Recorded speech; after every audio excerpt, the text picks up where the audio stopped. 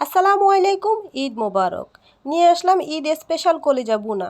কলিজাগুলো ধুয়ে নিয়েছি আর একটা হাঁড়িতে চুলায় পানি দিয়ে দিয়েছি। পানি বলক হয়ে আসলে দিয়ে দিব কলিজাগুলা দিয়ে দেওয়ার পরে দেখতেই পাচ্ছেন পানির কালার কেমন ঘোলাটে হয়ে গেছে।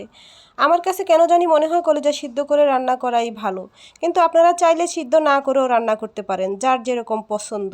তো খুব বেশি সিদ্ধ করব না, 5-7 মিনিট পরে যখন বলক উঠে আসবে তখন নামিয়ে নিব। তো দেখতেই পাচ্ছেন বলক উঠে গেছে, এখন আমি নামিয়ে নিব। ঝাঁকার মধ্যে ঢেলে নিয়েছি, নিয়ে ঠান্ডা পানি দিয়ে পরিষ্কার করে ধুয়ে নিব। কলিজার উপরে পাতলা প্লাস্টিকের মতো একটা আবরণ থাকে, সেটা তুলে নিচ্ছি। এটা তুলে নিলে কলিজার ভিতরে মশলাপাতি ভালো করে ঢুকে।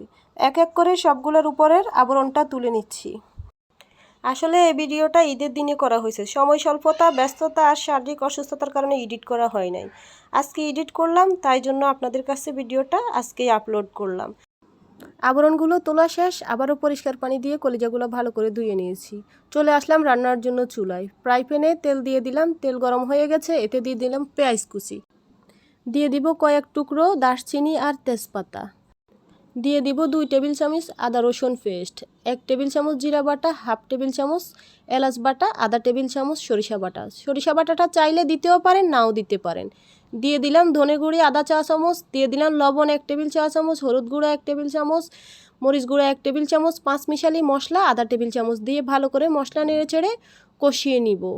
তো একটু ঢাকনা লাগিয়ে 5-7 মিনিট মশলা কষিয়ে নিয়েছি। মশলা তেল ছেড়ে দিয়েছে, দিয়ে দিলাম কলিজাগুলো দিয়ে ভালো করে নেড়ে চেড়ে মশলাপাতির সাথে মিক্স করে নিয়ে ঢাকনা লাগিয়ে দিলাম 10 মিনিট।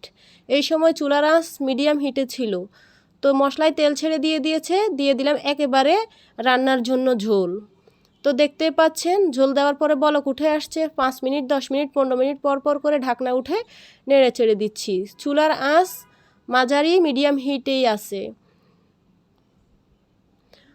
তো ঝোল অনেকটাই মাখা মাখা হয়ে আসছে। এই পর্যায়ে দিয়ে দিব কেটে রাখা কাঁচামরিচ। আবারও ঢাকনা লাগিয়ে দিব 10 মিনিট। 5 মিনিট পর পর ঢাকনা খুলে নেড়ে চেড়ে দিচ্ছি। দেখতেই পাচ্ছেন আমার কলিজা ভুনা অনেকটাই হয়ে গেছে। লবণ দেখে নিয়েছি, এই পর্যায়ে নামিয়ে নিব। তো এখন পরিবেশন করে আপনাদেরকে দেখাবো। আজ এ পর্যন্তই, ভালো থাকবেন সবাই, দেখা হবে নেক্সট ভিডিওতে। আল্লাহ হাফেজ।